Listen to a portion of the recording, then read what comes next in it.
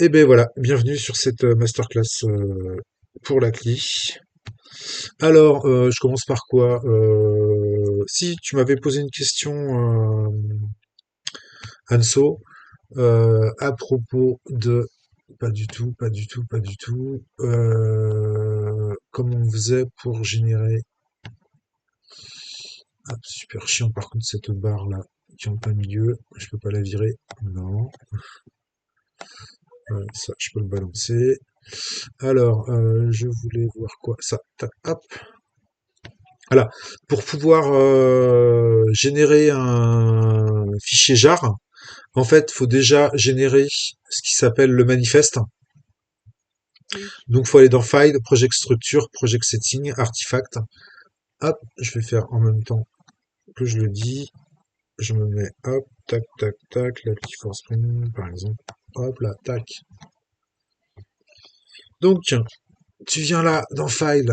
Euh, File, on a dit quoi? Project Structure, c'est ici. Hop. Là, t'es C'est sur ça où j'ai du mal entre le Artifact. jar et le manifeste. Là, Ok, tu ouais. cliques sur plus pour pouvoir générer. Et après, tu suis mais comme ça le dit dans le sur la page Stack Overflow, Mhm. Project Structure, Project Setting, Artifact. Tu cliques sur plus, sur jar. From module with dependency. Après, tu sélectes une main class qui va être le point d'entrée Ok. de ton truc. Tu sélectes extract to the target jar. OK, appli OK. Et une fois que tu as fait ça, une fois que tu as créé ton manifeste, à chaque fois que tu veux créer parce que ça te génère pas le jar. Ça te génère simplement un fichier qui va permettre de paramétrer le jar. Et après, tu viens sur Build Artifact. Là, tu choisis ton artefact. Donc, si tu as fait plusieurs fois le paramétrage, tu dois en avoir plusieurs, j'imagine. Et là, tu cliques sur Build et ça va te le générer. Et il va se retrouver dans le fichier, dans le dossier out artifact Clifford Spring. Et, enfin, là pour moi, Clifford Spring JPA jar, parce que c'est le nom de mon appli. Et voilà. Et donc là, le manifeste, après, il sera où ce fichier de conf? Il sera Le dans le projet, fichier de là où tu veux conf, lier. il est quelque part. Alors, je sais plus où. Là, je suis sur quoi? Pas sur le bon. CDA, tac. Spring, MacLeaf for Spring, tac, elle est là. Et le manifeste, il est, je sais plus où il est. Il est pas, le manifeste, en Euh, fait, il te permet de lier ton jar à ton projet actuel. Donc là, tu as mis dans le manifeste le main de ton projet actuel, là où tu voulais le mettre, que tu vas mettre le jar que tu as fait dans le projet actuel, c'est ça? Il sert vraiment à lier voilà. les deux. Le manifeste, il est dans SRC Main Resource Meta Info. Voilà, dans ton Tac. projet, en fait. Voilà, c'est ça. Il Voilà, est c'est ici ça. là dans Main ta ressource. Et ça, en fait, la première étape quand tu vas là dans Project Structure et ainsi de suite, ça te crée ce fichier-là qui lui va servir après à générer le jar. Ok. Et Voilà. donc, en fait, ce fichier-là, il va aller, bam, appeler après ce jar. Et en fait, du coup, les deux projets seront liés, quoi. C'est ça? Non, pas forcément. Parce que là, donc, non, non, pas. Enfin, là, ce fichier-là, là, il va contenir les métadonnées de ton jar. Ok. Après, toi, ce qui est important, ce fichier-là, tu t'en as rien à faire en fait. Une fois que tu l'as généré une fois, tu t'en sers plus après. Après, c'est vraiment le build ici.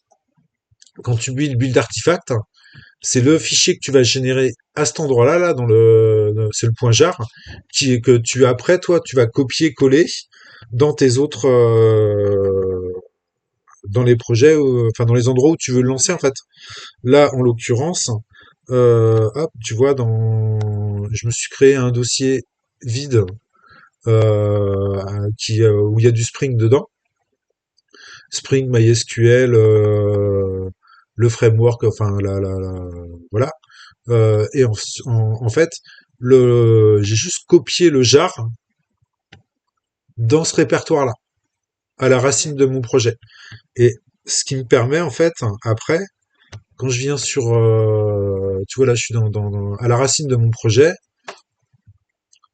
je lance la commande java-jar Clifford Spring JPA jar et hop, ça me lance mon Macli ton jar, ouais. qui elle n'a strictement rien à voir en termes d'arborescence avec le projet dans lequel je veux le lancer.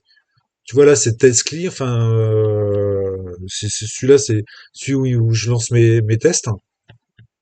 Et celui où je crée, c'est Clifford Spring. C'est deux projets totalement différents. Si on regarde dans mon... Hop, tu vois là. Là, j'ai celui-là, c'est le là où j'écris la CLI. Et celui-là, c'est là où je le teste.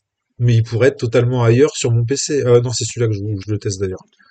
En fait, comme tu as créé le jar de ton projet, tu en as fait un artefact. Donc après, donc dans ton projet là où tu l'as créé, tu fais un manifeste pour voilà, c'est la conf. Et ensuite, tu as juste à mettre ton jar dans le projet, Ouais, lancer la commande hop, du jar, et bam, voilà, c'est ça. c'est Regarde, lancé là, je viens dans chercher mon... Hop, je viens chercher celui-là. Je fais là un CTRL-C. Ok, je vais aller dans WCS. Je vais me créer un nouveau dossier test CLI. Hop, je me mets dedans. Là, je le colle. Hop. Là, je vais maintenant retourner sur ici. Donc là, je quitte. Hop là, hop, voilà. Là, je fais cd deux points. Hop, hop. Non, mince, tac, hop. Là, je fais cd. Je crois que c'est test optique, je l'avais appelé. Hop. Et là, je le lance. Tac. Là, tu vois, il s'est lancé parce qu'il me dit que POM XML file does not exist. Click on work, it isn't Spring Project. Ce qui est normal puisque mon répertoire dans lequel je viens de le lancer, là, il y a strictement rien.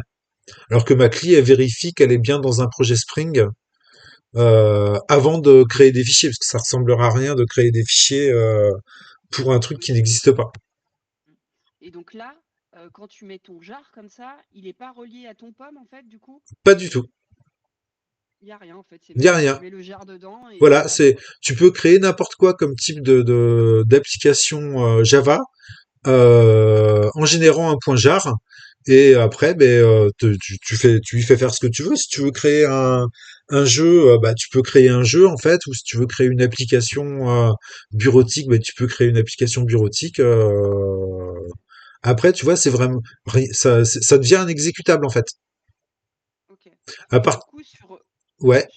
sur des gros projets, il faut quand même, pour un peu sécuriser le truc, mettre ça dans le pomme en mode bah, j'ai besoin de ce jar et tout ça pour que ça fonctionne sur des gros trucs. Oui, alors après ça, j'ai pas encore creusé le côté utilisation de jar dans un autre projet écrit dans le POM.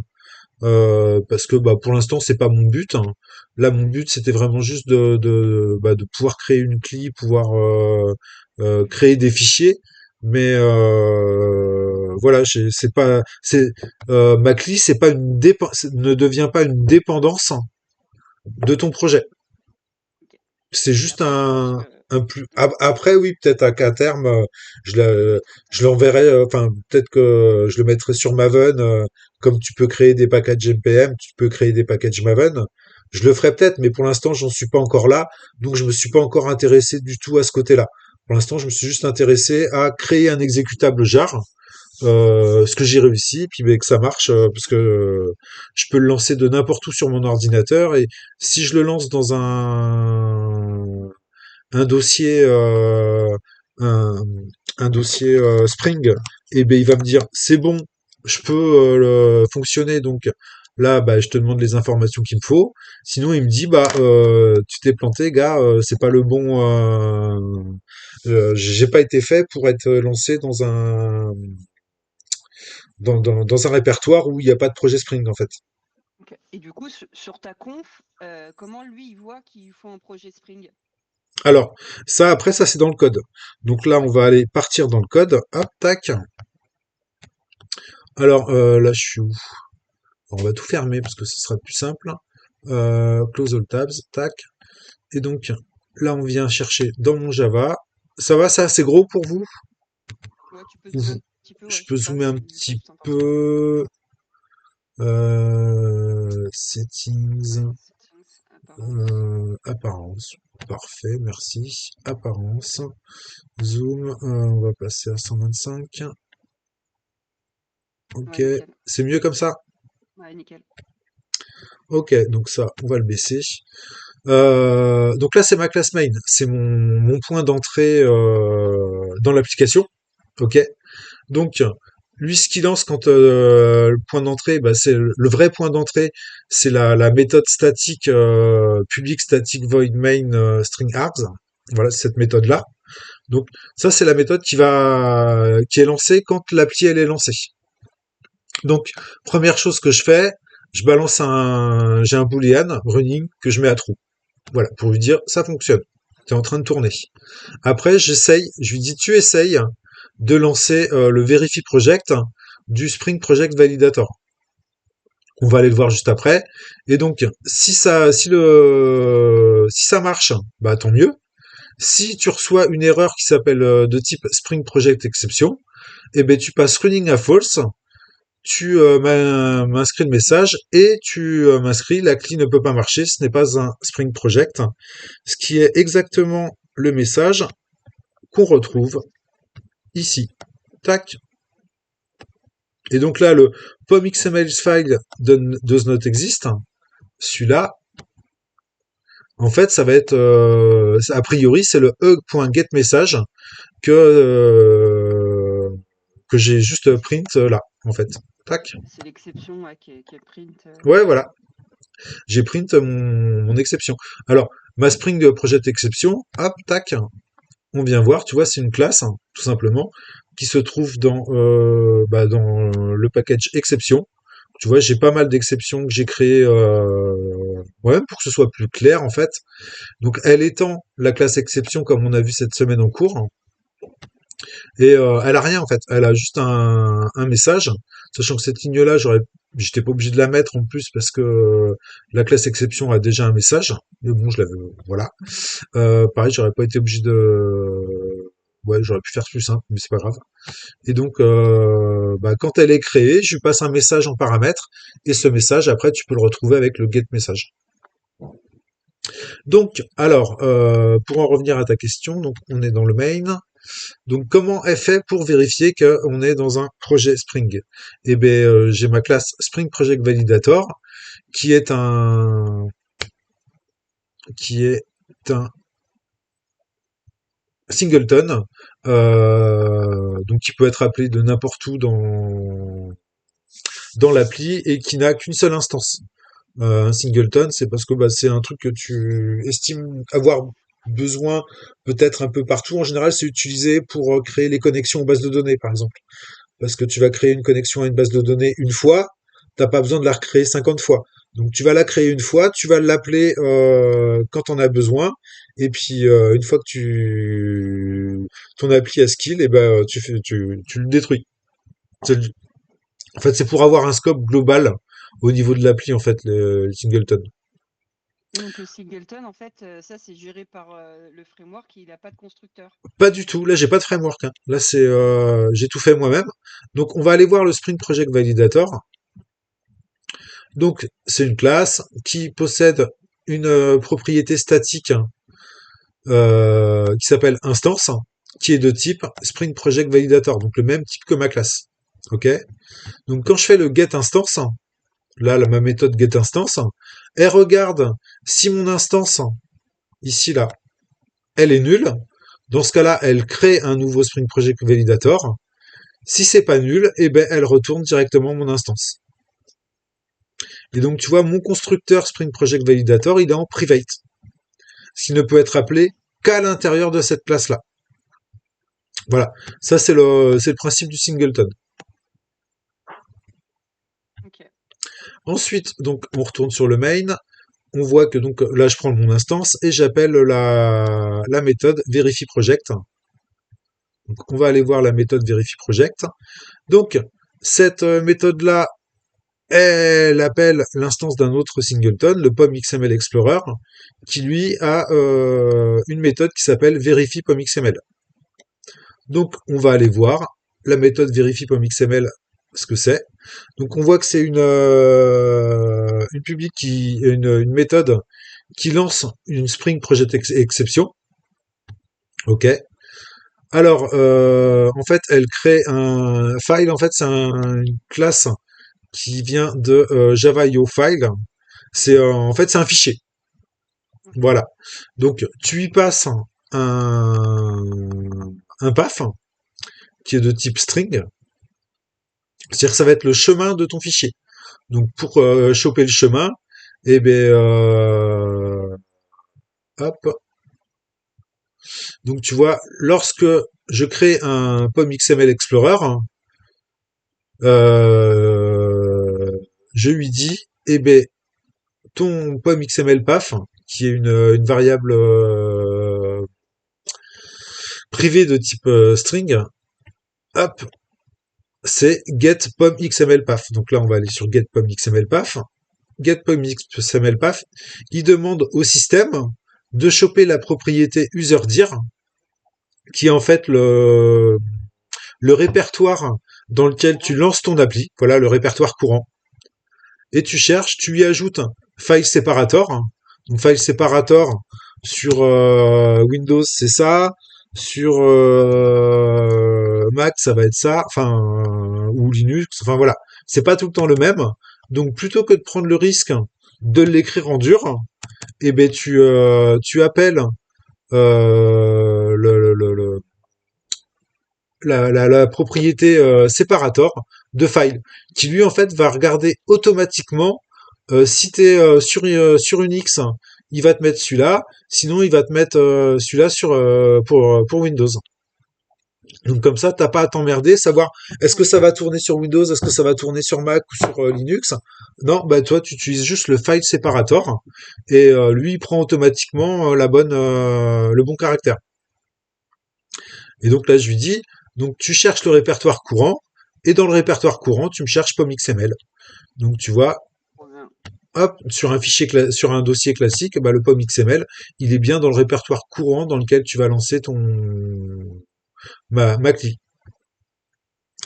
Donc, retournons au vérifie POM.xml. Donc, le POM.xml, si le POM.xml n'existe pas et que le POM.xml n'est pas un, ouais, c'est compliqué. Enfin, là, c'est le bordel. Ouais, j'aurais peut-être dû gérer mon if autrement, parce que là, c'est pas clair. Bref, si le POM XML existe et Il n'est pas dans le direct. qui n'est pas un répertoire, hein, Ouais. donc ouais, ouais, c'est pas cool. J'aurais mieux fait de faire if. Donc, si le POM XML n'existe pas et voilà, ça aurait été plus simple de faire ça en fait. Si le POM XML n'existe pas et donc là, ça aurait dû être un ou Oui. tac, où le POM XML est un répertoire, et ben tu me lances une nouvelle exception. Voilà, en disant le POM XML, il n'existe pas ou il n'est pas un fichier. Parce que si c'est un répertoire, c'est pas un fichier. Et donc dans ce cas-là, il me lance la Spring Project Exception, POM XML file does not exist, qu'on retrouve à ce niveau-là. Ouais. Voilà. Ensuite, tac, tac, tac, on va retourner donc sur le mail, je sais plus où on en était. Donc, ouais, il vérifie le project. Donc, il vérifie déjà le POM XML. Après, il vérifie le SRC dir. C'est-à-dire qu'il vérifie que dans ton project, tu as bien un répertoire SRC. OK. Sinon, si ça n'existe, s'il n'existe pas, eh ben, il te dit, le répertoire SRC n'existe pas. Et après, il vérifie le package dir. Si je me trompe pas, on va retourner. Hop, tu vois là, il vérifie le package dir. Vérifie le package dir. En fait, le package, c'est le hop, src. Donc ça va être main java org. Enfin sur ce Le package. sur ce projet-là, bah, c'est src main java org.cliffordspring.jpa. Sur un projet de type Spring, ça va être src main java com.exemple.demo. Donc ces informations-là, tu les retrouves dans le POM XML. Le POM XML, tu vois là, t'as le groupe ID et ensuite t'as l'artifact ID qui sont en fait c'est comme exemple démo, comme exemple démo.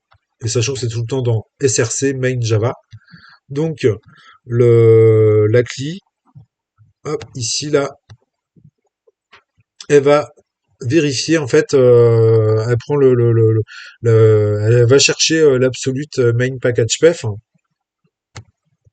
hop, qui lui, alors c'est un peu le bazar, il retourne le package pef c'est quoi? C'est ça, le package pef, tu vois, hop, il est créé il est alimenté à la création de ma classe package pef, et donc il lance l'absolute srcpath plus un file separator plus main plus un file separator plus java plus un file separator plus get directory path. Et get directory path en fait, lui il regarde si il prend le package name, il transforme en char array et s'il y a un point, ben, il le remplace par un file separator. Voilà.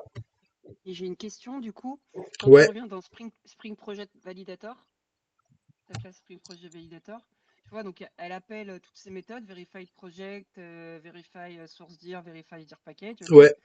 Et comment, c'est une question de structure, mais comment elle a le droit de les appeler celles-là? Parce que tu vois, après tu prends la Tu peux. classe POM-XML generator, .getInstance, tu vois, verify project, comment elle a le droit d'appeler POM-XML explorer.getInstance, tu vois?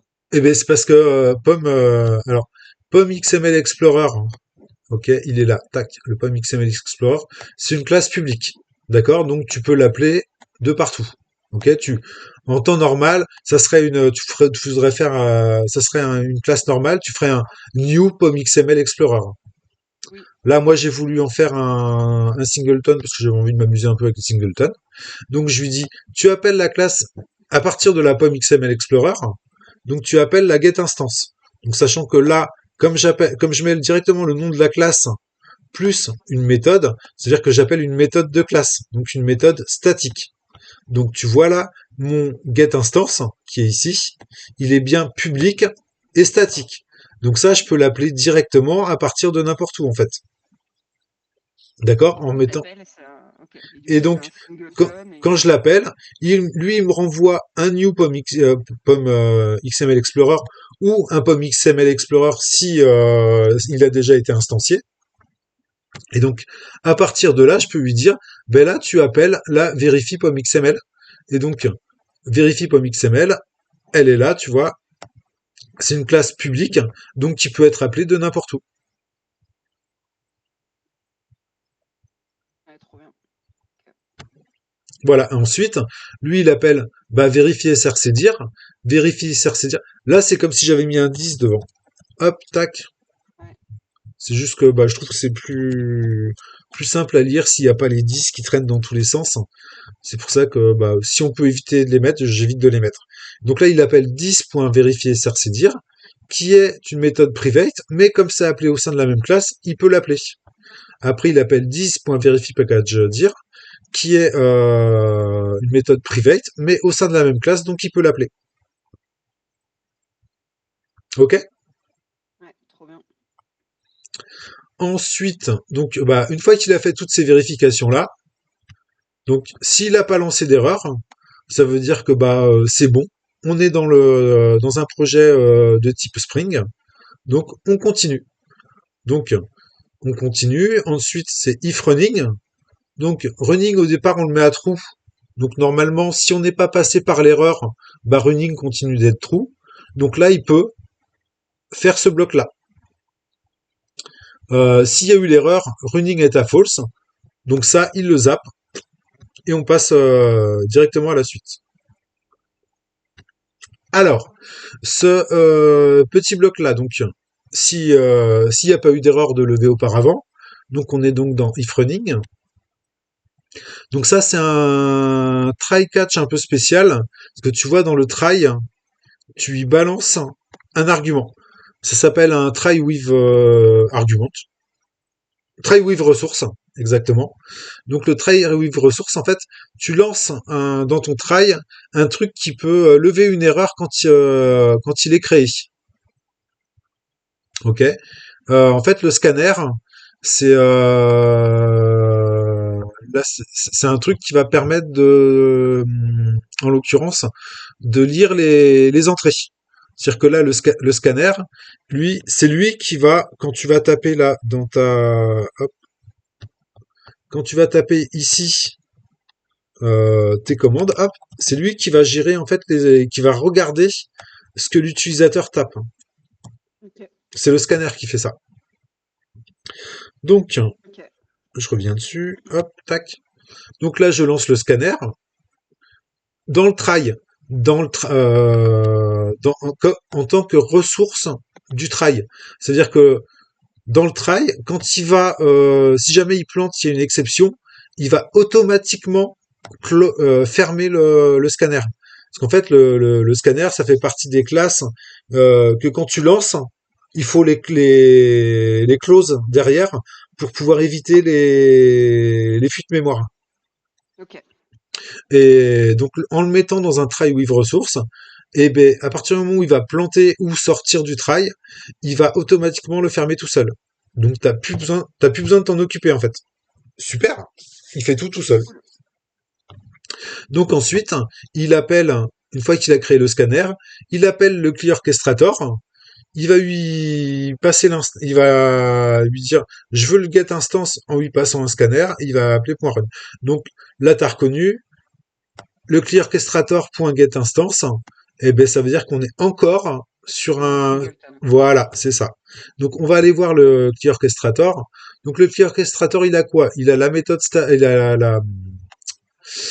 la propriété statique instance qui est de type CLI orchestrator. Donc, il va soit générer la première fois, soit il va l'appeler après.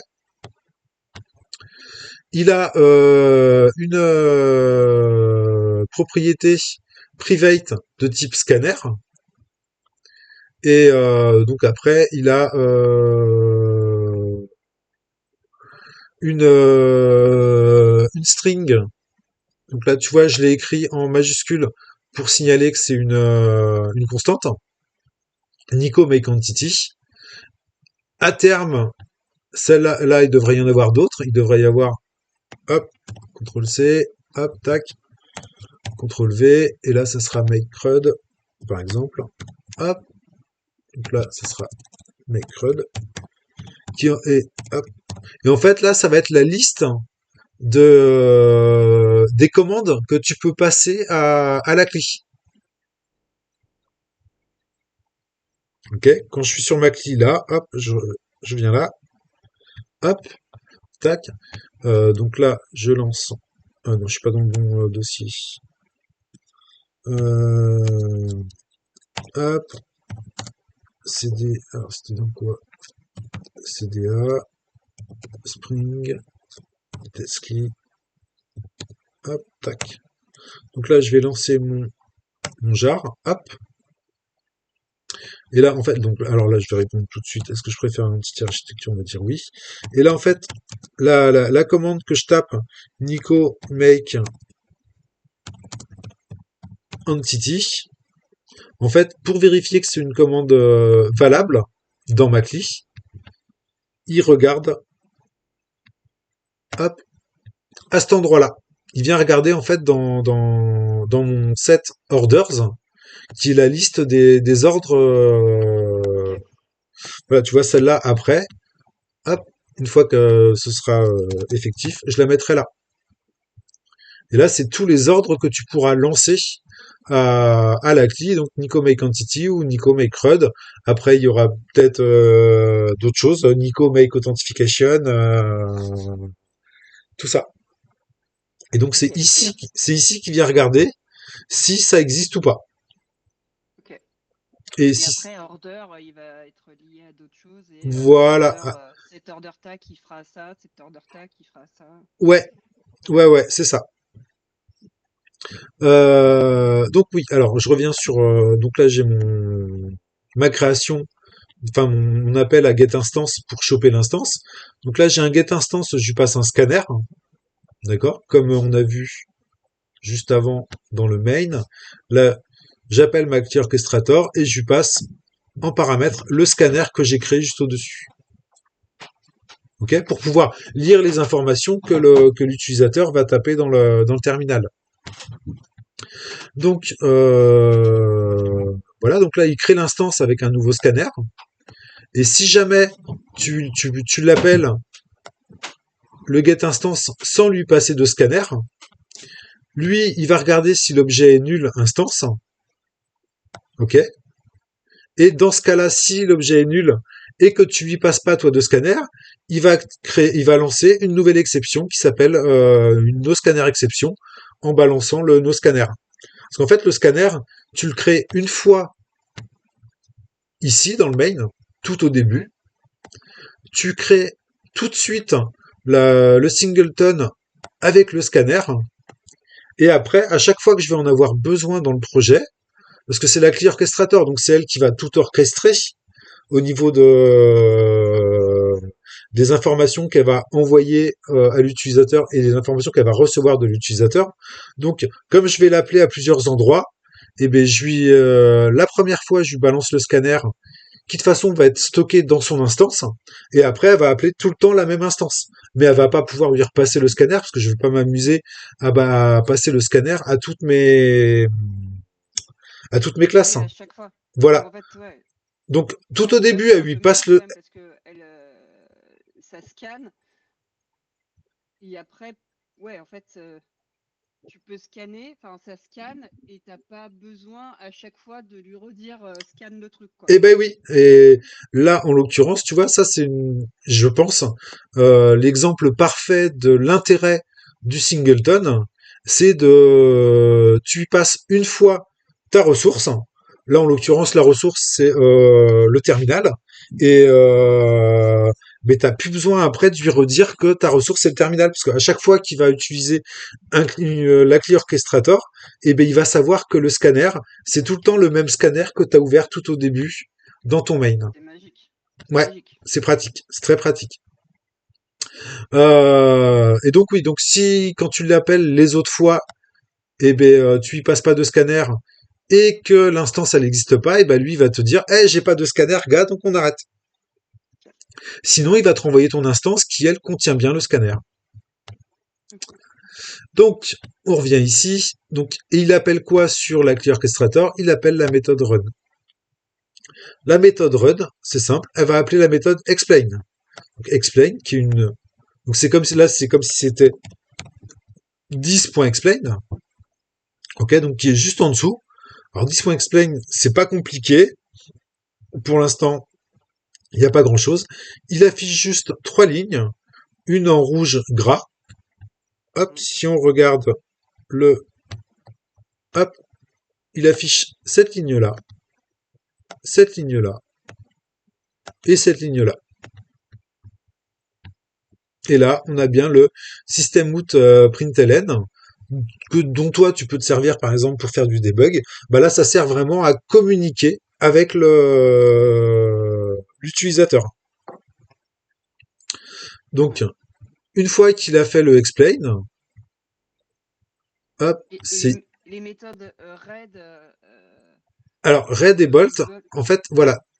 Alors la méthode red, elle est là. Donc lui, il va retourner la constante color anti-red plus terme. Terme, en fait, c'est la string que tu y passes. Donc là, en l'occurrence, tu y passes la string welcome on Springcliff for CRUD. D'accord? For CRUD. J'en connais un qui, quand il va mater la vidéo, il va se foutre de mon accent. Grave. N'est-ce pas, Pilou?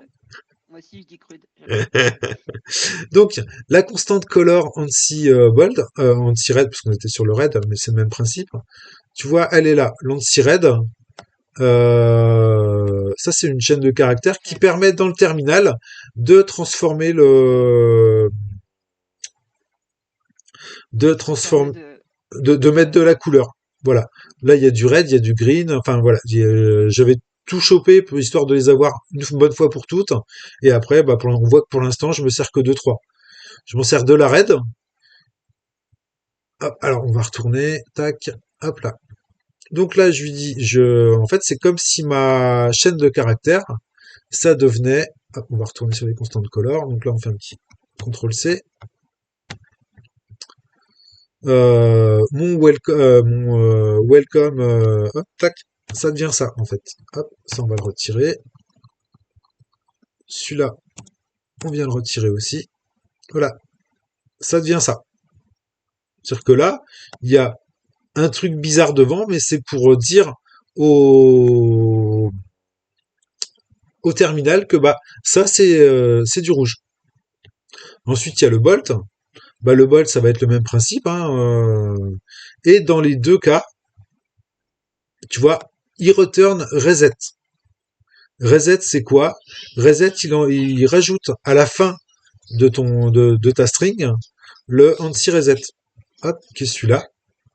Qui lui permet de dire au terminal, c'est bon, on a arrête de mettre du rouge, arrête de mettre du gras, arrête tout ça. Tu reviens à la couleur normale. Ok. Voilà, tout simplement. Et du coup, au final, ta chaîne de caractères elle va ressembler à un truc comme ça. Avec là, un bazar devant pour dire ça devient du rouge, un bazar derrière pour dire on revient au truc normal. Ok. Et du coup, là, par exemple, dans ta méthode reset, ça retourne console color.anti-reset. Et en fait, constant color, c'est une méthode statique publique. Alors, Et ça, c'est une méthode de classe que tu peux appeler comme ça. non, là, c'est pas une Non? méthode. Tu vois, une méthode, en général, t'as les petites oreilles derrière. Ah, c'est pas une méthode, c'est une instance de classe. C'est- Enfin, Alors, comme on dit, c'est c'est c'est- ouais, c'est une propriété statique. En fait, ouais, c'est une propriété constant color, tu vois, c'est une classe. Elle, c'est une ouais, classe. ouais. Dedans, elle n'a que des propriétés statiques publiques.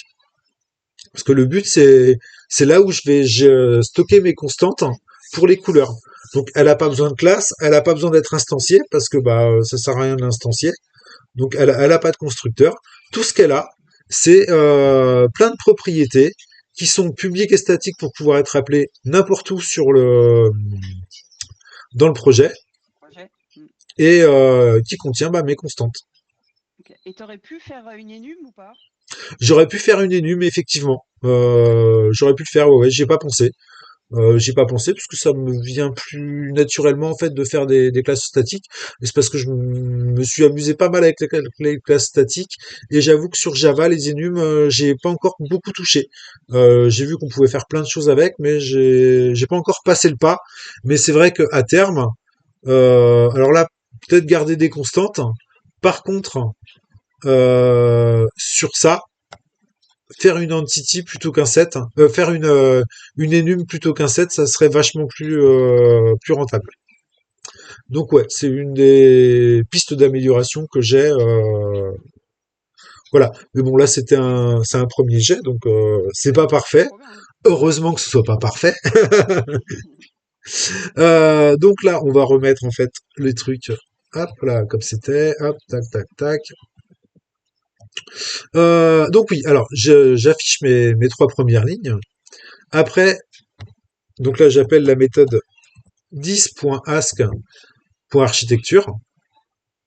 Donc ouais, moi tu vois là, voir les 10 un peu partout, Ouais, ça me ouais. saoule, ça me saoule. Donc hop, j'appelle comme ça et Java sait que quand il y a une méthode qui est comme ça, ben, il va la chercher dans la classe.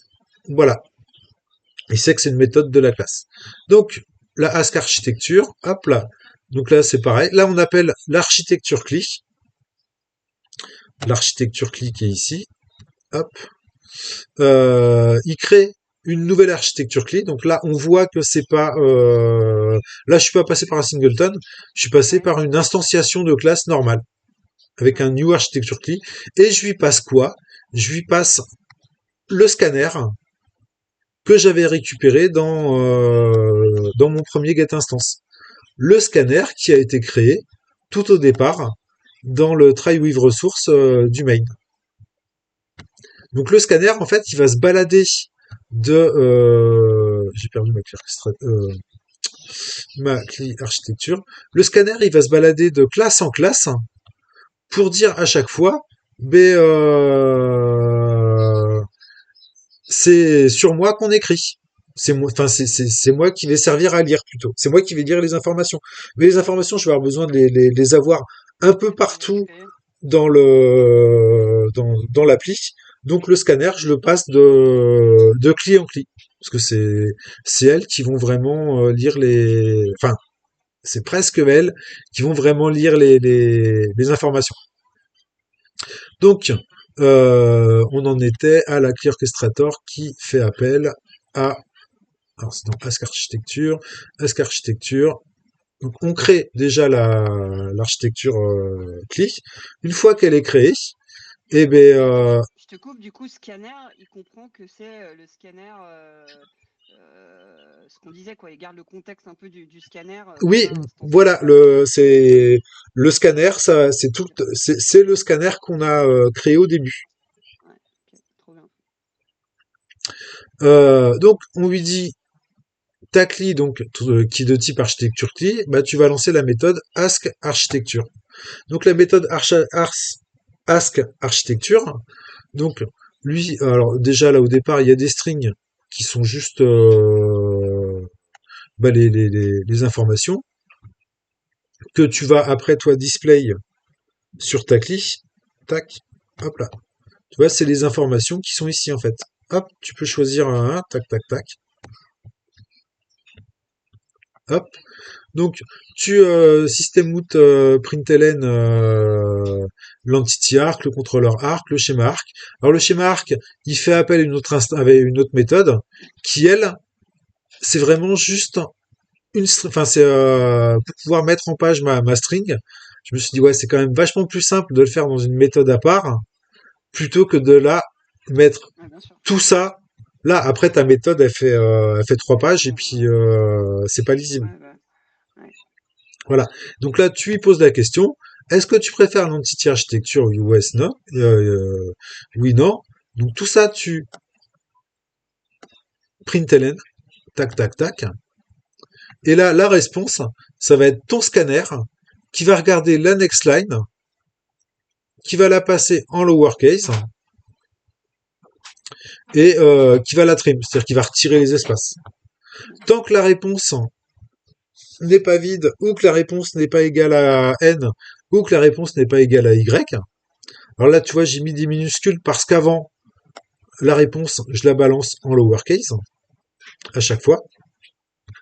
Et ben, tu vas lui dire, je ne comprends pas, s'il te plaît, tape yes ou no. Et tu vas relire la prochaine ligne. La prochaine ligne, ça va être stocké dans la variable response. Si la variable response n'est pas vide ou n'est pas égale à non ou n'est pas égale à oui, eh ben, tu lui dis, je ne comprends pas. Alors, on va tester le fonctionnement tout de suite. Hein. Tac. Donc là, on va faire un petit CTRL-C pour l'arrêter. On va la relancer. Hop.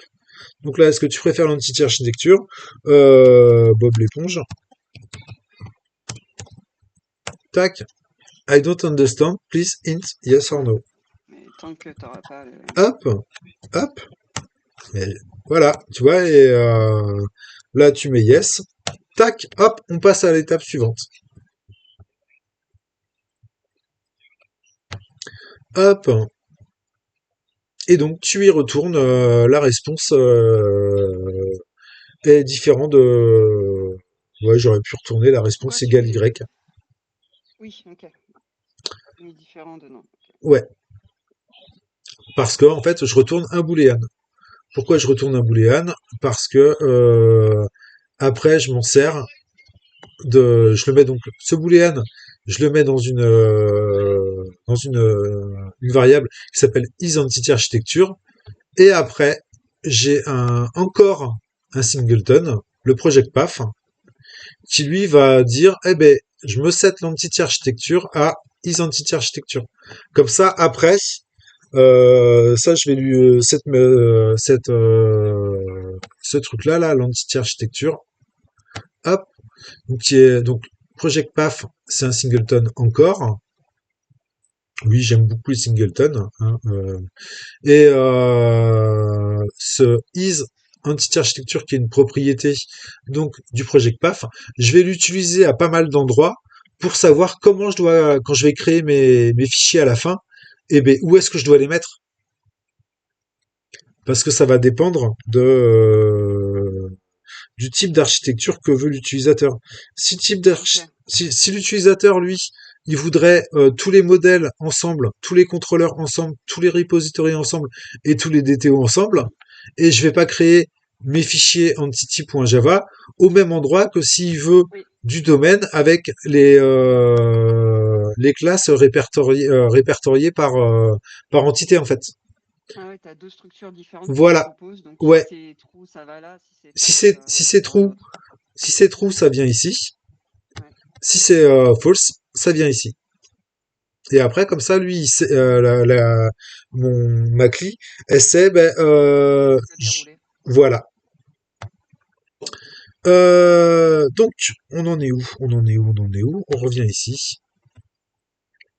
Tac, tac, tac. On set l'architecture. Donc, on revient sur l'active orchestrator. Hop, on set l'architecture. Et là, on lui dit, eh ben, t'as choisi ton type d'architecture. Voilà. Parfait. C'est exactement ce qu'on a vu ici. Tu as choisi Mm. l'entity architecture. Ensuite, une fois qu'on a ask l'architecture, on essaye try entity explorer égale new entity explorer. Explorer.findEntity. Alors, ça c'est le truc que j'ai rajouté hier. C'est ce qui, je vais aller explorer tous les s'il y a déjà des entités qui existent dans mon projet pour pouvoir les réutiliser si jamais l'utilisateur veut, veut lui les réutiliser. Alors, petit exemple, parce que des fois, un exemple vaut mieux que 1000 mots. Hein. Tu te choses entity architecture. Donc, pour l'instant, notre projet sur Tescli, tu vois, il a strictement rien. Il a un dossier domaine, oui, pourquoi pas. Mais il sert pas à grand. Pour l'instant, il n'y a rien dedans. Donc, on va lui créer déjà une première classe. Donc, on lui dit Nico make entity. Tac. Donc, on va garder l'entity de type pilou qui est pas mal, hein, qui a donc monnaie de type, allez, longue, parce que pilou il est riche. Tac, tac, hop, voilà. Là, je suis sorti de ma CLI. Il m'a généré les fichiers. Donc, on vient voir ici dans mon test CLI. Donc là, j'ai bien dans mon répertoire domaine, dans mon répertoire pilou, la classe pilou, qui a bien, elle, l'ID de type long qui a été généré automatiquement, et le monnaie de type long qui a été généré ensuite. Et il a les getters et les setters qui vont avec. Donc, en fait, tout ça pour en venir au fait que, hop, tac, voilà. Ici, là, il va aller explorer toutes les entités qui existent. C'est-à-dire qu'il va se servir de l'information sur le type d'architecture, qui, je le rappelle, est stocké dans le projectpath.java ici, dans le isEntity architecture. Donc, si c'est true, il sait que il va y avoir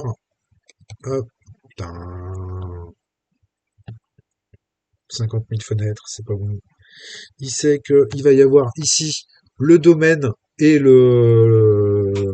le répertoire domaine, des répertoires qui vont avoir des noms qui vont l'intéresser. Allez, on va aller explorer un peu l'Entity Explorer. Alors, hop, petit orchestrator, l'Entity Explorer. Hop, on va aller voir ce que c'est.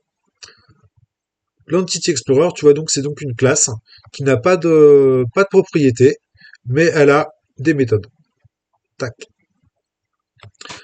Donc, non, pas du tout, dans le Clear Orchestrator, voilà, il appelle la méthode explorer.findEntities. Donc, et, tu vois, là, c'est dans un try-catch, et les exceptions qu'il va recevoir, il les ignore simplement. Ok. Il dit, je reçois des exceptions, je m'en fous. J'arrête juste le find entities et puis je passe au truc d'après. Voilà, ça, c'est assez rare, mais là en l'occurrence, tu dis, j'ai des erreurs, je m'en bats les couilles. Je continue. Alors, l'explorer.findEntity. Donc lui, il va choper le path, le get absolute main package path de tout à l'heure, qui correspond donc au package, au chemin src main java org.cli for spring jpa dans cet exemple, ou au chemin src main java com.exemple.demo sur cet exemple-là. Et donc, à partir de ce truc-là, à partir de ce perdu, à partir de ce package-là, si le package, si le is entity architecture du project path est à yes, donc si on est dans une architecture de type entité, eh ben il va lancer le find in entity architecture path. Sinon, il va lancer le find entity in controller architecture. Voilà. Alors dans les deux cas, le principe est le même. Hein, c'est-à-dire que lui, il va regarder après. Il sait que s'il est dans une architecture de type que j'ai appelé contrôleur, je sais pas comment ça s'appelle en vrai, mais le chemin, ça va être path plus file separator plus modèle. Hop, on revient vite fait sur la CLI. Là, tu vois, tous les modèles vont être stockés dans le répertoire modèle. Donc là, c'est Ouais. vachement simple. L'avantage, c'est que il les a toutes sous la main, donc il regarde dans le package modèle et Package. après il va regarder tous les fichiers dans le package modèle. Si on est dans une architecture de type entité, là c'est un peu plus compliqué parce que donc il va chercher le répertoire domaine et dans chaque, si le répertoire domaine existe et que le domaine dirfile est bien un répertoire, il va lister tous les répertoires qu'il y a, alors liste dir c'est là, hop, tac, liste dir en fait, il essaye de stream des paths. Alors Ouais. la classe path, pareil, c'est une classe de Java NeoFile, donc c'est un truc qui est intégré dans Java, qui va, c'est des files, donc c'est enfin, ouais, c'est des paths, donc les paths, c'est des chemins d'accès en fait. Ouais. Donc tu vas Ok, choper tous les chemins, il donc essaie de choper tous les chemins d'accès qui ont dire machin voilà, pour essayer de choper toutes les entités qu'il y a dans voilà. le contexte quoi. C'est-à-dire que là, donc, on est dans notre type, voilà, hop, Archipel. ici, là, hop, il va regarder dans le domaine, il y a l'entity one. Donc, l'entity one, normalement, elle a un fichier de type entity1.java. Il y a l'entity 2, normalement, il y a dedans un fichier de type entity2.java. Et donc, il va faire ça, il va regarder, tu vois, autant là, c'était tout simple, il regardait simplement les trucs dans le modèle, mais là, il va regarder tous les répertoires, et dans chaque répertoire, il va chercher Ouais. le nom de l'entity.java, le file. Hop, tac, tac, tac, et donc il collecte, il retourne sous forme de. Moi, je préférais les utiliser sous forme de string, parce que pour l'instant, je suis Ouais. vachement plus à l'aise avec des strings qu'avec d'autres classes que je ne connais pas encore bien, que je commence à utiliser, mais je suis pas super à l'aise dedans. Donc, j'utilise des strings. Voilà. Mes strings, donc, et donc là, on fait comme on a dit, il cherche le class name plus Java. Et donc, pour chaque class name plus Java, on le retrouve ici, mais on le retrouve également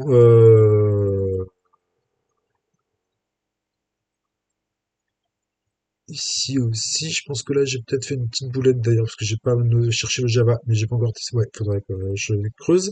Bref. l'entity architecture, elle marche parce que je l'ai testé, je le sais. Donc, si le fichier existe et que le fichier n'est pas un répertoire, à ce moment-là, il va créer un entity parser, il va lui passer la string, la file, et le parseur, il va parser. Alors l'entity parser, donc c'est une nouvelle classe encore que j'ai créée, qui a une propriété, j'aurais dû mettre private, de type file, qui s'appelle file. Et donc l'entity parser, tu peux le créer à partir d'une string, qui va être un chemin d'accès en fait, ou directement à partir de la file. Hop là. Et Et la file, du coup, ça correspond à quoi? la file, ça correspond à un fichier. Ok. En fait, la file, ça va correspondre à un fichier. Donc après, le fichier, donc il utilise la méthode parse. Et donc là, on crée encore, comme tout à l'heure, un try with resource, de manière à ce qu'il ferme automatiquement les ressources euh, quand il a fini son boulot ou qu'il y a eu une exception. Alors pour lire un fichier en Java, il faut passer déjà par un file reader auquel tu lui donnes, le file reader, tu lui donnes une string qui va être le chemin d'accès du fichier. Ok, le nom du fichier, mais en vrai, c'est son chemin d'accès. Et une fois que tu as le file reader, tu crées un buffered reader à partir du file reader. Et c'est le buffered reader qu'en fait tu vas utiliser après pour pouvoir le lire. Donc, il y Mais a. du coup, je capte pas la différence entre scanner et buffer reader. Alors, le scanner, lui, va lire les informations de ton terminal. Le file reader, Je vois. lui, va lire un fichier. Un fichier qui existe sur ton ordinateur. Et le buffered reader, lui, va organiser ton fichier pour pouvoir lire les lignes une à une. Donc tu vois là, je crée une variable locale de type string qui s'appelle line. Tac. Après, je lui crée une nouvelle entité qui s'appelle parseEntity qui, elle, va juste me servir à stocker les lignes au fur et à mesure. Et donc là, tu vois, ça c'est super, c'est la boucle qui me permet de lire toutes les lignes de mon fichier. Tant que line n'est pas nul, line c'est le reader de mon readline. Enfin, c'est en fait, le reader, c'est le buffered reader qui fait appel à la méthode readline, donc qui permet de lire les lignes de ton fichier. Une ligne est considérée terminée à chaque retour à la ligne /n, un carriage return /r, ou quand tu atteins la fin du fichier. Donc, à chaque ligne, il va faire appel à ma parse entity que j'ai créée juste au-dessus, et il va lui dire, toi, tu me parses la line. Alors, on va aller voir ce que fait la méthode parseLine de l'entity. La méthode parseLine, alors, ce qu'on va faire là, je vais... Non, pas ici. Hop, tac, voilà. Et on va mettre le test clip pilou à côté.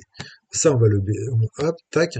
Comme ça, là, on a une classe d'entité, donc on va pouvoir visualiser directement ce qu'il fait quand il tombe sur les lignes. Ok. Et là, on Donc, est vraiment au niveau de notre fichier qu'on a réussi voilà. à être le Là, plus lui, il est stable. en train Et de... là, on rentre. Il lit la première ligne. Il lit la première ligne. La première ligne, c'est package, espace, com.exemple.demo.domaine.pilou, point virgule. Donc lui, quand il reçoit une line, en fait, il regarde déjà la première chose. Est-ce que la ligne, elle commence par package? En l'occurrence, c'est le cas, la ligne, elle commence par package. Donc, il va aller stocker cette ligne-là dans un find_line, qui est une classe pareil que j'ai créée. Cette classe-là, en fait, elle va stocker le nom de la classe, le path, le package name, les imports, la classe déclaration, les attributs, les méthodes. C'est-à-dire qu'elle va stocker toutes les lignes dont dont l'appli aura besoin plus tard pour pouvoir créer un fichier. Donc elle est stock, et après tout ça, ça sert de ajouter, enfin voilà, c'est pas besoin de le détailler. Ça permet simplement de remplir ce truc-là ou de récupérer les informations. Sachant que c'est une classe qui ne sert que de stockage au final. Elle fait absolument rien d'autre. Donc, si ma ligne elle commence par package, eh ben je vais stocker le package dans le package name. Hop. Si la ligne elle commence par import, ce qui est le cas dans celui-là, eh ben elle va ajouter l'import aux imports de ma file lines. Ma file lines, on va retourner dessus vite fait. Hop. Donc les imports, tu vois, c'est un set. Donc c'est comme un tableau, sauf que tu peux stocker une seule. Tu, euh, tu ne peux pas stocker deux fois la même information dedans. Ouais.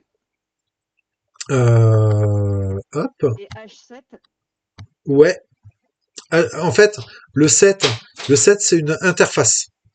D'accord? C'est Java qui il propose une interface qui s'appelle set, qui permet de stocker des éléments sans qu'il y ait d'éléments dupliqués. Et le H7, c'est l'implémentation de l'interface. C'est-à-dire que là, la H7, c'est une classe, une vraie classe, tu vois, c'est une public classe qui implémente le type set, qui implémente l'interface set. ok. Voilà. Pareil pour bah tiens, juste en dessous. Là, j'ai l'interface de type list. Ok. Hop. Et là, j'appelle une URL list qui est l'implémentation de l'interface de type list. Ok. Voilà. Hein, donc, alors oui, je stockais donc mon import.jakarta.persistance.étoile dans dans les imports de mon filename. Hop. Donc on a fait la ligne package, la ligne import. Si la ligne commence par @entity, donc ce qui est le cas Ouais. ici, @entity. Donc dans ce cas-là, on arrive dans la déclaration de la classe. Ok. Je dis la déclaration de la classe et qu'elle true. Ok. Alors tu remarqueras que là, sur les deux premiers, enfin même sur ceux d'après, j'ai des retournes. Parce Ouais. que la public est Ouais, ça nous c'est un ouais. public void. Mais en fait, si Mm. je suis rentré dans ce cas-là, si ma ligne commence par package, ce qui est le cas Je le là, stocke, mais ça m'intéresse pas en fait, c'est eh ça? ben non, je le stoppe, mais après, j'ai plus besoin de regarder les autres cas. Bah oui, je fais juste. Ok. Donc dans ce cas-là, hop, je return. Je return, ça veut pas dire que là je retourne rien parce que c'est une méthode de type void, mais j'arrête, j'ai pas besoin d'aller plus loin. Donc je return, ça m'évite d'aller voir dans le if là, dans le if là, dans le if là, parce qu'on sait très bien que à partir du moment où je suis rentré où c'est un type package, eh ben cette ligne-là, l'information va atterrir dans le package name de ma file line. Par contre, elle dira jamais, ça sera pas une déclaration classe, ça sera pas dans les méthodes, ça sera pas dans les attributs, ça sera pas dans les imports. Donc j'ai pas besoin de faire le reste. Pareil, si là je suis arrivé à un import, eh ben je l'ajoute dans les imports, mais je sais que ça sera pas une déclaration d'attribut, ce sera pas Oui, une c'est ça. méthode, donc pas besoin d'aller plus loin. Donc hop, j'arrête directement ma méthode. J'ai pas besoin d'aller Ouais, mais de faire tout le reste. comme tu arrêtes ta méthode, après c'est quoi? Ça repart en boucle pour que ça revienne et que ça mette l'entity? Oui, c'est ici. Hop, tac. Tu vois là, il parcourt tant que Voilà. je lis les lignes, je fais appel à ma parse entity qui parse line. Donc il lit la première ligne. Mhm. La première ligne, c'est mince. Hop là. Tac. La première ligne, c'est package.com.exemple.demo. Donc là, je vais dans parseline. Je rencontre la première ligne qui commence par package. Je Mhm. return. Et Donc bam, je ça return, je repart. reviens là. Hop, Ouais. je passe à la ligne d'après. Donc la ligne d'après, elle est vide. Donc il n'y a rien du tout. Donc Mm. il va parcourir, d'ailleurs il y a peut-être une petite optimisation à faire là, parce qu'il va parcourir tous les ifs. Mm. alors qu'on sait très bien qu'il n'y a pas forcément besoin. Ouais. Donc j'aurais dû lui mettre if la ligne elle est vide, et ben tu return direct. Et ainsi de suite en fait. Et à chaque fois, hop, il vient lire la ligne d'après. Et puis il vient lire la ligne d'après. Et puis il vient lire la ligne d'après, jusqu'à ce qu'il arrive à la fin du fichier. Et là, il sait qu'elle est à la fin du fichier, donc il sort de la boucle while. Ok. Et du coup, par rapport, tu peux revenir sur les entities, là, parse entity, Ouais, sur hop, parseline, ouais. parse line, hop. Donc si on arrive sur une entité, donc on lui dit, on est dans une classe déclaration. Ok. Donc là, on passe le classe déclaration à true. Mm. La ligne d'après, si on est dans une classe déclaration, eh bien, on parse la classe déclaration line. Hop, tac. Donc, classe déclaration. Donc là, tu vois, ça, c'est à chaque fois qu'il y a des trucs comme ça, c'est comme s'il y avait un 10 devant, hein. C'est Ouais. juste que je suis feignasse et voilà. Donc, 10 déclarations, c'est quoi? C'est une array list. Enfin, c'est une liste. Enfin, c'est une array list dans laquelle je vais stocker des informations. Hop, on retourne donc sur ma parse classe déclaration. Si la ligne contient une accolade ouverte, ça veut dire que j'ai fini, je ne suis plus dans une classe déclaration, donc je peux dire à ma fileline, bah, la classe déclaration, c'est la classe déclaration que j'ai ici. Ici, tac, hop. C'est ma liste, au final. Donc il va faire la première ligne. La première ligne, il va dire, donc là, c'est mon attentity. Attentity, je rentre dans la classe déclaration. Là, ligne d'après, donc je suis toujours dans ma classe déclaration. Oui, oui. Donc, il va ajouter le public class pilou, tu ouvres l'accolade dans la déclaration, dans la classe déclaration, hop. Et là, il rencontre l'ouverture de l'accolade, il dit ah, je ne suis plus dans la classe déclaration, parce que j'ai considéré moi arbitrairement que la classe déclaration c'était ça, Ouais. et que donc Bam, ça euh, devient false. voilà, ça devient false. Donc comme c'est faux, eh bien on a fini la classe déclaration, donc on peut stocker ça directement dans la fileline. Ensuite, ben,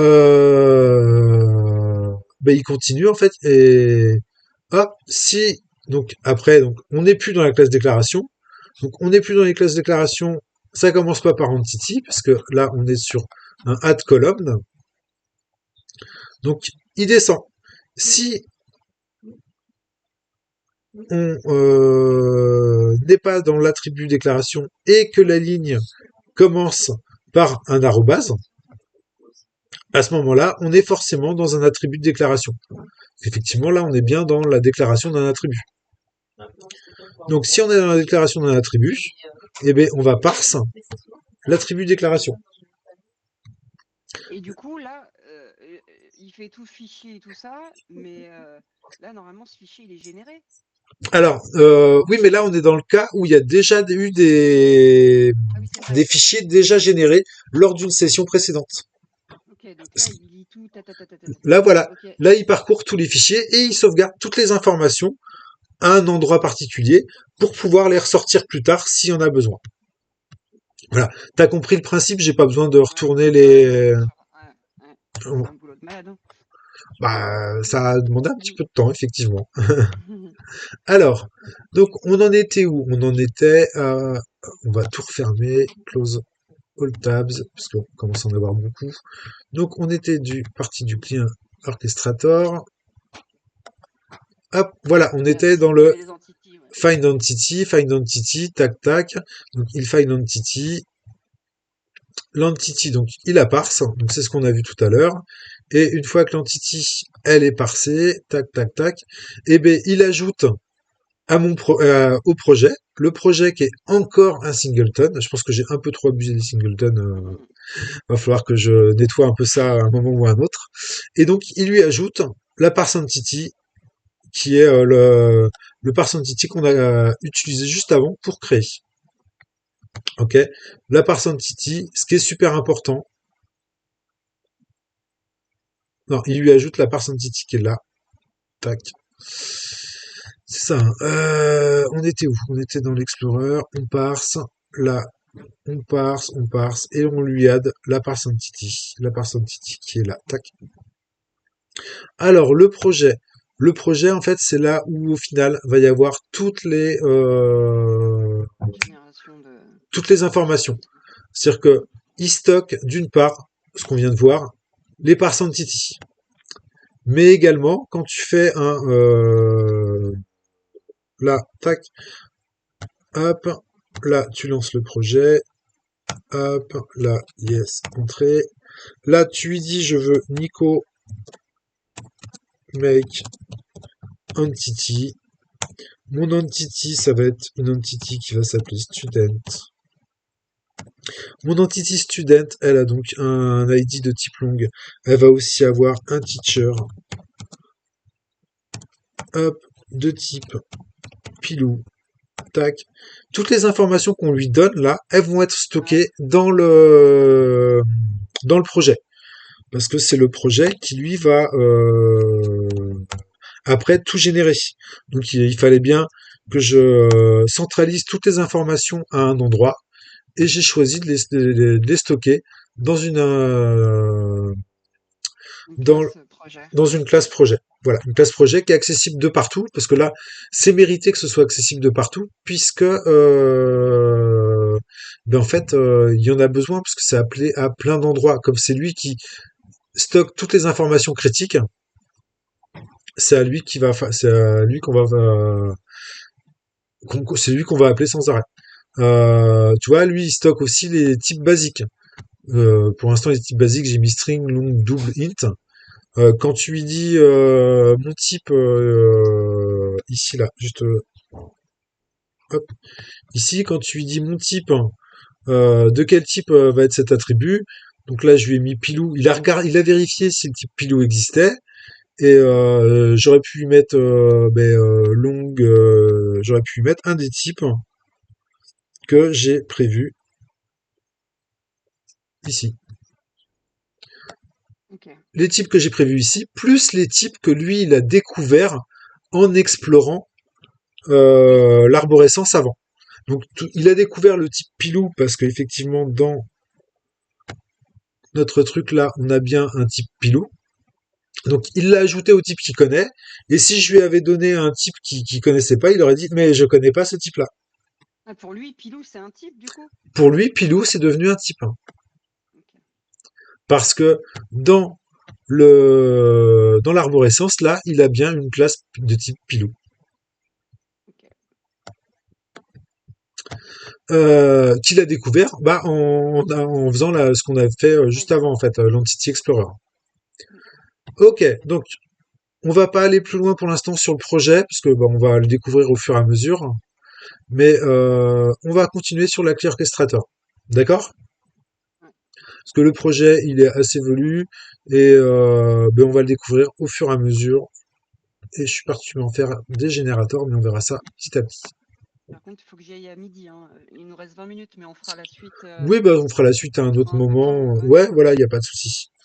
Et après, rien t'empêche toi de continuer à Oui, l'explorer toute seule et à me dire, je ah continuerai. Nico, là je comprends pas ce que t'as fait, pourquoi t'as fait ça comme ça, ou est-ce que ça aurait Ouais, pas été carrément. mieux de faire ça? Il n'y a pas de souci.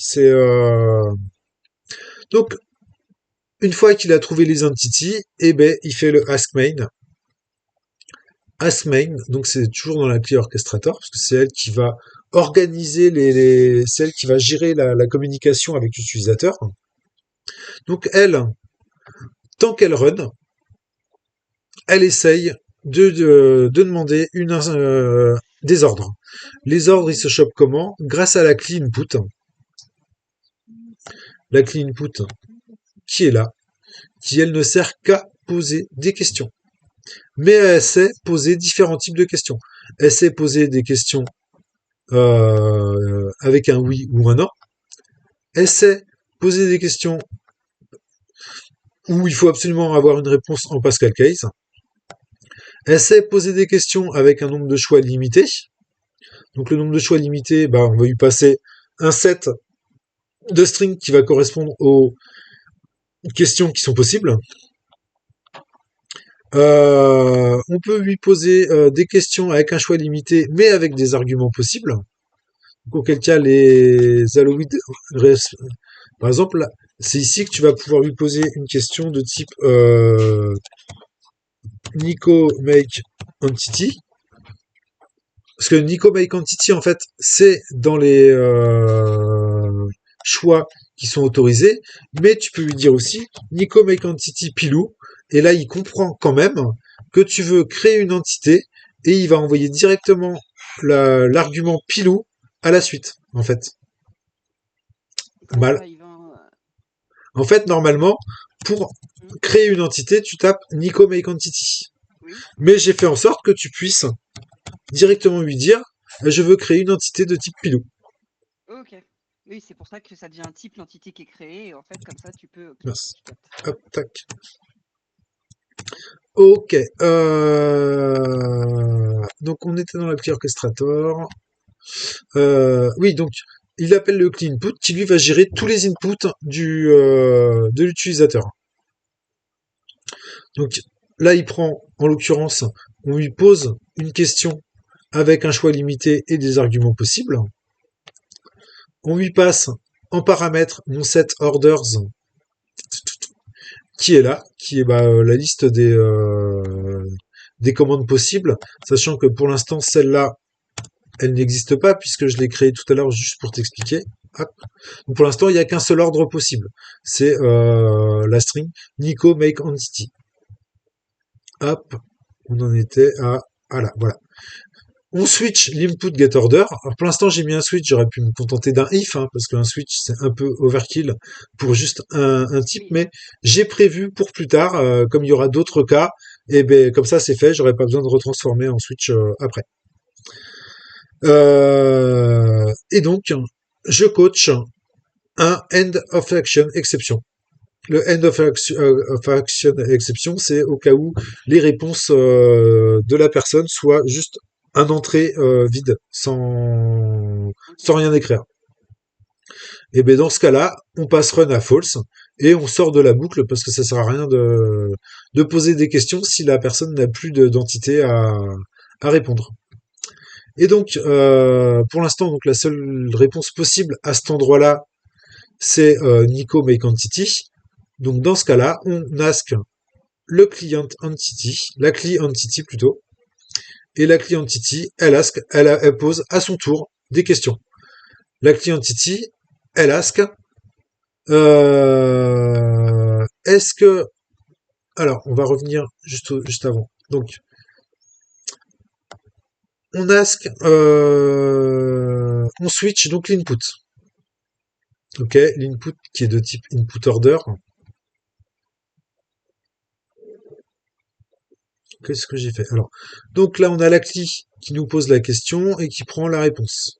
La CLI, elle prend la réponse, elle regarde, elle le stocke dans la string order. L'order, donc c'est un nouveau type, un type input order. Je ne me souviens plus, j'avais fait ça, je trouve. Donc, qui prend un order et un argument. Ok. Donc, pour discerner l'order de l'argument, parce qu'elle, elle reçoit juste une string en réponse, elle va regarder les orders qui existent. Ouais. Si les orders et pour chaque réponse qu'on va avoir fait, alors là, la réponse ça aurait pu être donc Nico make entity. Entity. Donc là, elle regarde est-ce que la réponse commence par un existing order. Dans les existing orders, il y a Nico make entity. Donc là, en l'occurrence, c'est le cas. Comment on fait pour revenir facilement en arrière? On était dans la input order. Voilà. Donc là, c'est le cas. On commence bien par l'input order. Et la longueur, par contre, l'existing order, lui, c'est Nico make entity. D'accord? Ouais. Donc si la réponse order, si la réponse, elle commence par ça, donc là c'est le cas, Ouais. et que la réponse est plus longue que l'ordre existant, donc là c'est pas le cas. Parce que là j'ai tapé Nico make entity, et Mm. l'ordre que je connais, c'est Nico make entity. Donc hop, on rentre pas dans le if, on arrive dans ici. Donc là, mon argument, pour l'instant, il est nul parce qu'à la création, il est nul. Donc l'order, c'est la réponse. Donc l'order, ça va être ça. Ok. Et mon argument, c'est une chaîne de caractères vide. Si Ok. jamais ici, j'ai mis Nico make entity pilou, Ok, ok. je vois. Ok, c'est Donc, pas con comme. donc là, ma réponse, elle commence bien par Nico make entity. Mm, Ma réponse, elle est bien plus longue que mon Nico make entity. mm, Donc dans ce cas-là, dans mon argument, je lui mets ça. ouais, Après, je le trim pour virer l'espace. ouais. Et si l'argument est en Pascal case, tant mieux. Sinon, je le passe en Pascal case. Voilà. Bien. Et mon order, ça va être l'existing order. Et je sors de la boucle, je sors de mon for parce que j'ai plus besoin d'y être. Je ne rentre jamais dans cette condition-là parce que mon objet n'est pas nul. Mm. D'ailleurs, j'aurais... Ouais, non, on peut pas mettre de return puisque... Si on peut mettre un return dans un... Ah, je viens de découvrir un truc, tu vois, on peut mettre un return dans un constructeur pour arrêter directement Ouais, ouais. le... Et dans ce cas-là, il n'y a plus besoin d'avoir de if parce que super. Et bien je ferai ça, je mettrai ça à jour tout à l'heure pour un petit peu améliorer le code pour que ce soit plus sympa. Ok, donc là on a récupéré l'ordre que nous a filé le client, pas le client, l'utilisateur. Donc avec mon cli.ask, hop, cli.ask, cli.ask, tac tac tac. Euh, Hein. Donc là, cli.ask, lui récupère, on retourne un petit peu à la précédente, pas du tout, on est dans le clear orchestrator. Ouais, je sais pas comment Euh, on fait sur IntelliJ pour. ouais, Attends, c'est un truc qui me manque par en bas, rapport. t'as un fil d'Ariane. Regarde, en bas, Ah, j'avais jamais vu. ouais, mais j'avoue que j'aime bien, Ouais, c'est pour peut-être clic Ariane. un des avantages d'Eclipse, c'est que tu peux Ouais, faire clic arrière pour revenir à l'écran sur ouais. lequel tu étais. Ah, ah. On trouve des avantages à Eclipse, Ouais, et c'est bien. c'est terrible, hein. Tu sais que ça me manque, hein. Ça me manque Mais moi Eclipse. aussi, j'arrête pas de le chercher en C'est haut, en ouf. fait. C'est ouf. Pilou, il va sauter en l'air quand il va nous entendre Ouais, dire ça. grave. Donc j'en suis où? Ah oui, dans mon ask client, j'ai mon input.getArgument. Ah ouais, donc là j'ai créé mon input order. Si jamais l'order c'est Nico make entity, donc là c'est le cas. Donc on ask la clientity. Et la clientity, hop, on va avoir la clique qui va ask. Alors oui, non, ce que je voulais dire. Est-ce que je vais y arriver? Donc là, tu vois, on lui balance l'input.getArgument. Donc c'est dans Ouais, mon input order. L'argument peut être, si c'est ce cas-là, l'argument va être pilou. Si c'est ce cas-là, l'argument va être une chaîne de caractères vide. ouais. C'est important à retenir parce que quand on arrive donc dans le clientity.java, lui, il va regarder l'argument. Si l'argument est vide, donc si c'est une chaîne de caractères vide, il va dire quel est le nom de votre entité et il va poser la question avec le clean put. Il attend une question ouverte avec la réponse en Pascal case. Si Sinon, l'argument, il va considérer que c'est l'argument qui était là. Donc, dans notre exemple précédent, et bien là, j'ai make mon entity pilou, et bien il va considérer que l'argument, donc le futur nom de classe, ça va être pilou. C'est ça. Hop. Et après, en fait, il va dérouler petit à petit. Et une fois qu'il a créé l'entity, donc là, on crée une entity de type entity sans lui donner de valeur. Ouais. Si l'attribut .getNoticeList.contains argument, donc l'entity, ça, on va aller chercher l'entity qui existe déjà. Alors l'attribut, j'en ai pas encore parlé. Attribut, c'est ma classe qui va servir à stocker les attributs au sein des entités. Et Ok. donc elle contient deux types. qui sont statiques. Enfin, elle contient deux propriétés statiques, donc qui servent à stocker d'une part les listes d'ailleurs, je le stocke à deux endroits différents ce truc-là, c'est pas bon. Euh, les types basiques et les new type lists. Les new type lists qui vont être les entités qui vont être créées au fur et à mesure, ou qu'il a retrouvées en les listant normalement quand il a fait le parcours. Oui, ouais.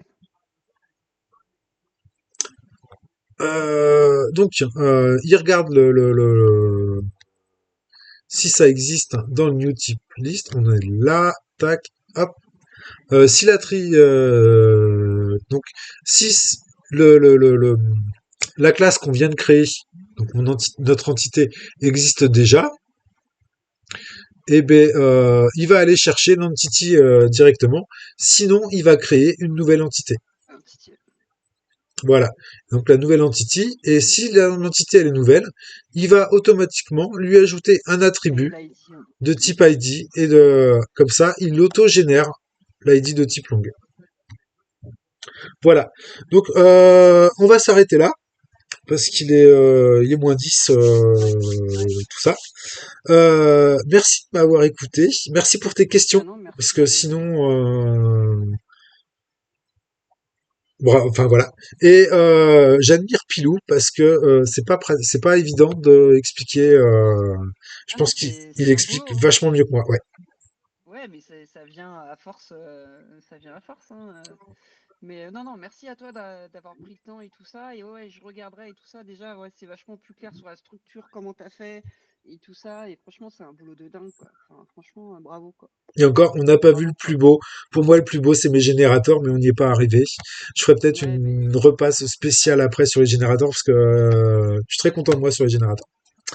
ouais, ouais, non, mais du coup, il y a plein de trucs, tu vois, sur ouais, franchement, qui m'aident et tout ça. Et ouais, je regarderai, ouais, de mon côté et tout ça, les générateurs et tout. Voilà, je me baladerai encore, mais voilà, ça. Merci beaucoup à toi en tout cas, Nico. De rien. Vraiment, bravo, Je te bravo. souhaite une bonne soirée, une bonne Ouais, journée ouais, ouais, plutôt. bonne journée, ouais, Et ouais. puis, ben, Bonne journée, et puis à bon bientôt. courage pour les cours. Ouais, merci beaucoup. Merci, Nico. Ciao, Salut ciao. Anso. Bye bye. Bye.